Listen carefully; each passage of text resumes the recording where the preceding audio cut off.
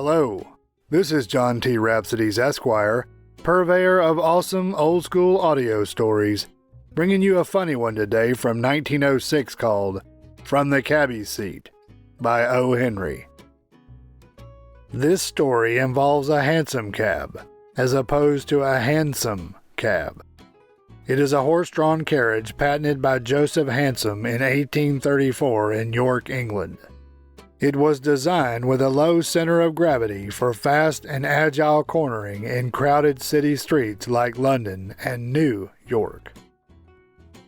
Questions arising from this story include: have you ever ridden in or been the driver of a hansom cab? And if so, where? Or, have you ever had an especially interesting experience in a hansom cab? Hear the words of old. From the Cabby Seat from 1906 by O. Henry. The cabby has his point of view. It is more single-minded, perhaps, than that of a follower of any other calling.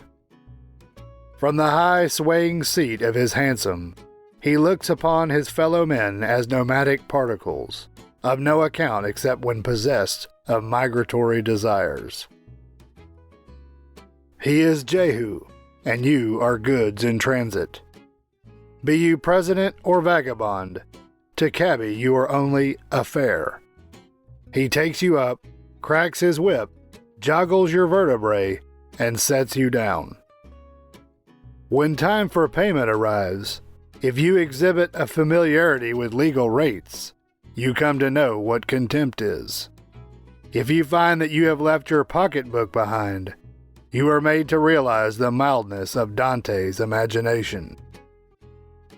It is not an extravagant theory that the cabby's singleness of purpose and concentrated view of life are the results of the hansom's peculiar construction. The cock of the roost sits aloft like Jupiter on an unshareable seat, holding your fate between two thongs of inconstant leather. Helpless, ridiculous, confined, bobbing like a toy mandarin, you, before whom butlers may cringe when on solid land, sit like a rat in a trap, and must squeak upward through a slit in your peripatetic sarcophagus to make your feeble wishes known. Then, in a cab, you are not even an occupant. You are contents. You are a cargo at sea, and the cherub that sits up aloft has Davy Jones's street and number by heart. One night there were sounds of revelry in the big brick tenement house next door but one to McGarry's Family Cafe. The sound seemed to emanate from the apartments of the Walsh family. The sidewalk was obstructed by an assortment of interested neighbors, who opened a lane from time to time for a hurrying messenger bearing from McGarry's goods pertinent to festivity and diversion. The sidewalk contingent was engaged in comment and discussion from which it made no effort to eliminate the news that Nora Walsh was being married. In the fullness of time, there was an eruption of the merrymakers to the sidewalk. The uninvited guests enveloped and permeated them, and upon the night air rose joyous cries, congratulations, laughter, and unclassified noises born of McGarry's oblations to the hymeneal scene. Close to the curb stood Jerry O'Donovan's cab. Nighthawk was Jerry called. But no more lustrous or cleaner hansom than his ever closed its doors upon point lace and November violets. And Jerry's horse! I am within bounds when I tell you that he was stuffed with oats until one of those old ladies who leave their dishes unwashed at home and go about having expressmen arrested would have smiled, yes, smiled, to have seen that horse. Among the shifting, sonorous, pulsing crowd, glimpses could be had of Jerry's high hat, battered by the winds and rains of many years, of his nose like a carrot, battered by the frolicsome athletic progeny of millionaires and by contumacious fares, of his brass-buttoned green coat, admired in the vicinity of McGarry's. It was plain that Jerry had usurped the functions of his cab and was carrying a load. Indeed, the figure may be extended, and he be likened to a bread wagon, if we admit the testimony of a youthful spectator who was heard to remark, "Jerry has got a bun." From somewhere among the throng in the street, or else out of the thin stream of pedestrians, a young woman tripped and stood by the cab. The professional hawk's eye of Jerry caught the movement. He made a lurch for the cab, overturning 3 or 4 onlookers and himself. No, he caught the cap of a water plug and kept his feet. Like a sailor shining up the ratlins during a squall, Jerry mounted to his professional seat. Once he was there, McGarry's liquids were baffled.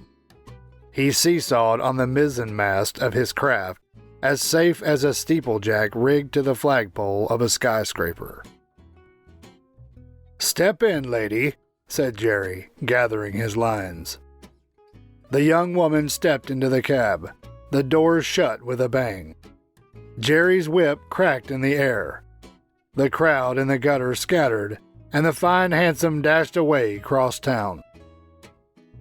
When the oat-spry horse had hedged a little his first spurt of speed, Jerry broke the lid of his cab and called down through the aperture in the voice of a cracked megaphone, trying to please. "Where now will you be driving to?" "Anywhere you please," came up the answer, musical and contented. "'Tis driving for pleasure she is," thought Jerry, and then he suggested, as a matter of course, "Take a trip round in the park, lady. 'Twill be elegant, cool, and fine." "Just as you like," answered the fare, pleasantly. The cab headed for Fifth Avenue and sped up that perfect street. Jerry bounced and swayed in his seat. The potent fluids of McGarry were disquieted, and they sent new fumes to his head. He sang an ancient song of Killisnook and brandished his whip like a baton. Inside the cab, the fare sat up straight on the cushions, looking to right and left at the lights and houses. Even in the shadowed hansom, her eyes shone like stars at twilight. When they reached 59th Street, Jerry's head was bobbing and his reins were slack. But his horse turned in through the park gate and began the old familiar nocturnal round. And then the fare leaned back, entranced, and breathed deep the clean, wholesome odors of grass and leaf and bloom. And the wise beast in the shafts, knowing his ground, struck into his by-the-hour gait and kept to the right of the road. Habit also struggled successfully against Jerry's increasing torpor. He raised the hatch of his storm-tossed vessel and made the inquiry that cabbies do make in the park. "Would you like to stop at the casino, lady? Get some refreshments and listen to the music. Everybody stops here."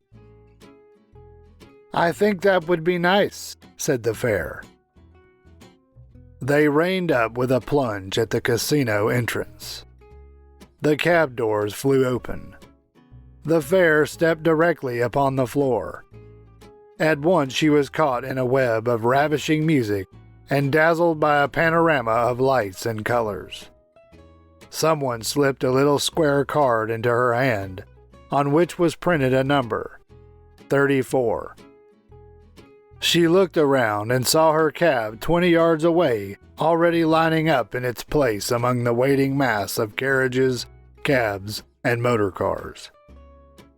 And then a man who seemed to be all shirt front danced backward before her, and next she was seated at a little table by a railing over which climbed a jessamine vine.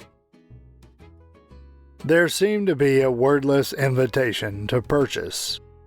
She consulted a collection of small coins in a thin purse, and received from them license to order a glass of beer, There she sat, inhaling and absorbing it all, the new-colored, new-shaped life in a fairy palace in an enchanted wood. At 50 tables sat princes and queens, clad in all the silks and gems of the world. And now and then one of them would look curiously at Jerry's fare. They saw a plain figure dressed in a pink silk of the kind that is tempered by the word foulard, and a plain face that wore a look of love of life that the queens envied. Twice the long hands of the clocks went round. Royalties thinned from their al fresco thrones, and buzzed or clattered away in their vehicles of state. The music retired into cases of wood and bags of leather and baize. Waiters removed cloths pointedly near the plain figure sitting almost alone. Jerry's fare rose, and held out her numbered card simply. "Is there anything coming on the ticket?" she asked. A waiter told her it was her cab check, and that she should give it to the man at the entrance. This man took it and called the number. Only 3 Hansoms stood in line. The driver of one of them went and routed out Jerry asleep in his cab. He swore deeply, climbed to the captain's bridge, and steered his craft to the pier. His fare entered, and the cab whirled into the cool fastnesses of the park along the shortest homeward cuts. At the gate, a glimmer of reason in the form of sudden suspicion seized upon Jerry's beclouded mind. One or two things occurred to him. He stopped his horse, raised the trap, and dropped his phonographic voice like a lead plummet through the aperture. "I want to see the $4 before going any further on the trip. Have you got the dough?" $4? laughed the fare, softly. "Dear me, no. I've only got a few pennies and a dime or two." Jerry shut down the trap and slashed his oat-fed horse. The clatter of hoofs strangled but could not drown the sound of his profanity. He shouted choking and gurgling curses at the starry heavens. He cut viciously with his whip at passing vehicles. He scattered fierce and ever-changing oaths and imprecations along the streets, so that a late truck driver, crawling homeward, heard and was abashed. But he knew his recourse, and made for it at a gallop.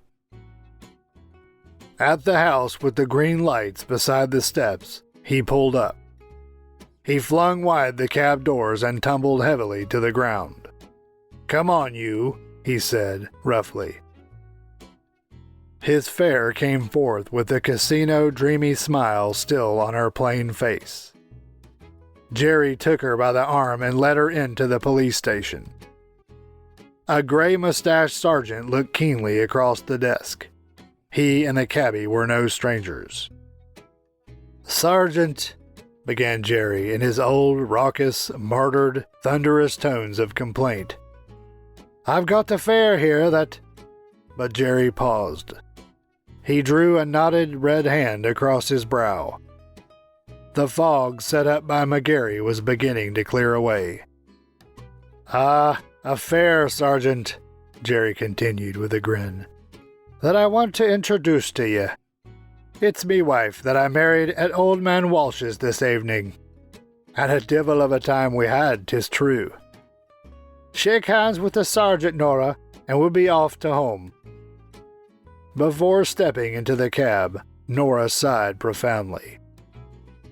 "I've had such a nice time, Jerry," said she. And that concludes O. Henry's 1906 story called From the Cabby Seat. As asked in the introduction, have you ever ridden in or been a driver of a hansom cab? And if so, where? Or have you ever had an especially interesting experience in a hansom cab? Please tell us about it in the comments section. This is John T. Rhapsodies Esquire, purveyor of awesome old-school audio stories. Thank you for listening. You can find more stories like this in the channel's playlists. Find them by staying tuned for the last 20 seconds of this video and clicking on the end screen icon. You can also go to the channel homepage and click on the word Playlists. If you enjoyed this story and would like to hear more, please help me earn the warm embrace of Mr. and Mrs. YouTubes who look with loving favor upon those channels whose listeners faithfully subscribe, like, comment, click the notification bell, and share the videos with their friends so that they too can hear the words of old.